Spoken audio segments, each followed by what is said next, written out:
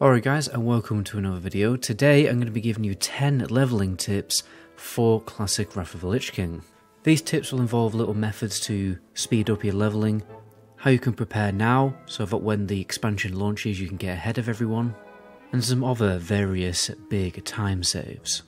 So unfortunately the riding crop and all mountain speed increasing items do not work when you are level 71 and above, hence why I'm re-uploading this video because of that absolute cock-up. But what you can do, and what I definitely recommend, is to get the speed increasing boot enchants. It increases your movement speed by 8%. You are going to be spending a lot of time on your feet while leveling in Wrath of the Lich King, and it may seem only like a small increase, but in the grand scheme of things, over the course of 40 hours of playtime, it will speed up your leveling.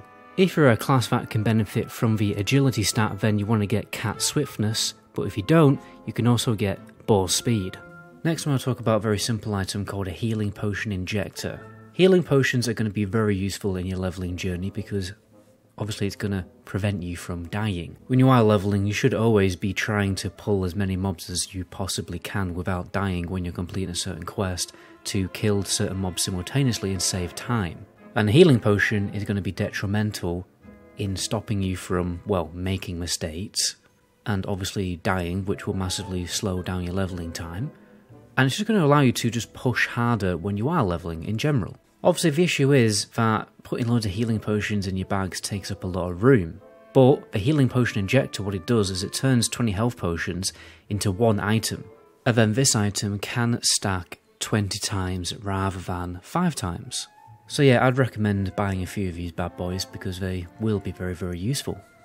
If you have the money, I would also recommend getting consumables that can actually persist through death. To be fair, you could get the cheaper ones that don't persist through death also if you don't want to, if you trust that you're not going to die that much. Things like Flask of Relentless Assault and Flask of Pure Death, they probably will drop in price in the pre-patch because people will need them a lot less. Another thing you could also do is get weapon oils and also sharpening stones. You may as well get an adamantium, weapon weight stone or sharpening stone. Things like shield spikes are also going to be useful for people leveling with a shield. For my fourth tip, I'd recommend to get as good gear as you humanly possibly can in that pre-patch. Obviously for fresh Death Knights or people who are boosting a character in the pre-patch, just try and do as many raids and heroic dungeons as you can. Magister's Terrace, Zul'Aman are good ones because they're easy to jump into, and even Karazhan's as well, because the better gear you have, the much faster your leveling is going to be. And remember to also enchant it as well, because enchant's obviously going to boost your character's power even more. If you can't get into raids and you do have the gold, I would recommend buying some decent pieces from the auction house. There's a lot of cheap epic BOEs that you can buy from the auction house for most classes and specs. And my fifth tip is more about the nature of leveling. I would recommend for most people to solo level, okay? The reason why, well, to be fair, like if you can ignore me totally. If you want to level with your friends or you want to level in dungeons, then go ahead and just go and do that. But solo leveling, if you're trying to totally min-max your leveling speed, is going to be the better option. The simple fact is, in Wrath of the Lich King, there's a lot of item drop quests. And obviously item quest loot is never shared. Apart from if it's like to obtain one quest item. So you're going to be spending a lot of time completing quests, waiting for all the quest items to drop for the 2 people in your party or 3 or whatever, to the point where honestly solo questing will just be faster. And I wouldn't be afraid of open world leveling because like the TBC launch, I imagine it's going to be laid very, very heavily. Like on my server there was over 15 layers. So I think leveling in the open world will be fine. Would also recommend prepping 25 quests for the Wrath of the Lich King launch. What you want to prioritise is quests in a big hub with a fast path for you to turn them all in, because, the shorter it takes to get all those quests turned in and the faster you can get to Northrend, the better. Now, I've looked at my own private server and on the Wrath of the Lich King database. Daily quests do give experience on both of those instances.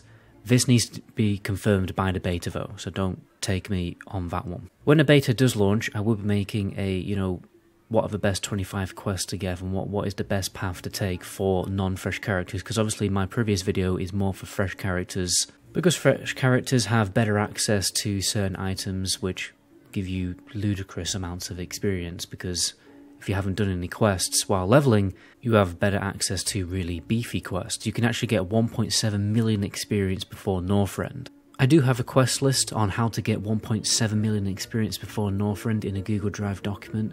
All of my members have access to this, so if you want access to this, then do consider please becoming a member, because that does support the channel a lot. Now my 7th tip will save you a lot of time. It's not massively actually related to leveling speed.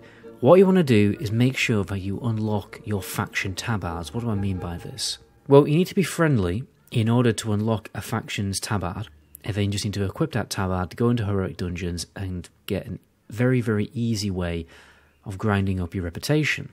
So what I'd recommend doing is look up your pre-raid best in slot gear, what reputations do you need to farm to Exalted, and then make sure you do actually unlock that faction's tabard. Otherwise what you're going to be doing is getting to level 80 and then having to do it later and just wasting time. So you may as well do it while you are leveling. Now the current tour quests will start at Amber Ledge in Borean Tundra and then take you to Caldara. Wormrest Accord quest will start at the Big Tower in the middle of Dragonblight. Argent Crusade quests, they can be completed at Zuldrak, you probably get friendly in Zuldrak, and you can also go to the Argent Vanguard in Icecrown. Then that will later turn into the Knights of the Ebon Blade if you keep following those quest lines in Icecrown. When the quest line is taking you up to the flying ship to talk to a Death Knight dude, then you know you are on the right track. Then the other reps you don't actually get tabards for, you have to manually do quests and dailies to grind them up. Now I want to talk about engineering. Engineering is insanely powerful in Wrath. I don't really see why you wouldn't want to go engineering for every single spec and class in the game.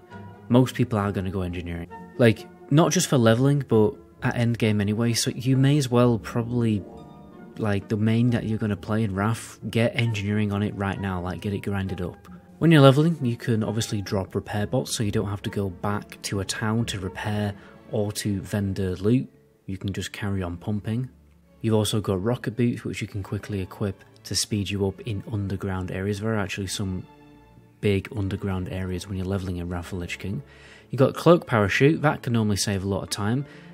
There is a number of situations where you're on very high cliffs while leveling in Northrend, particularly Howling Ford, and it can be very irritating having to walk all the way around safely when you could just jump off with a parachute. That is going to save you a lot of time. You can also get the frag belt at skill 380, and you can obviously have materials ready to grind you up to 380 so you can unlock this straight away. The cobalt belt, basically it just adds a cobalt grenade to your belt, which you can use as many times as you want. It is a 5-second cast time, but you can cast it while moving, and what it will do is obviously a decent amount of AoE damage and also stun enemies, so it can be very useful while leveling too. Now, one of the issues with Icecrown and Storm Peaks is you do actually need a flying mount to complete many of the quests there. But not everyone is going to be able to afford a flying mount on Cold Weather Flying at level 77. Luckily, you can actually just get a free mount. It's going to be 150% speed mount, but still that's way better than nothing. All you have to do is go to K3 and there's a goblin dude right next to the Flight Master who will just give you the mount. So Bob's your uncle. And lastly guys, I've saved my shameless plug until last. One of the best things to do to increase your leveling speed drastically is to get a leveling guide made by the best speed leveling giga brains in the community. Luckily the guys over at Rested XP will be making a huge guide for Wrath of the Lich King. In fact, they're making it every single day as we speak. So if you want to support the channel, check out the website down below. The guide's not out yet, but if you click the link, it's going to put a little cookie on your browser so that when you want to go and buy the Wrath of the Lich King guide later, it will obviously give me a little commission and support the channel. Anyway guys, my name is MetaGoblin. To the next video, ciao.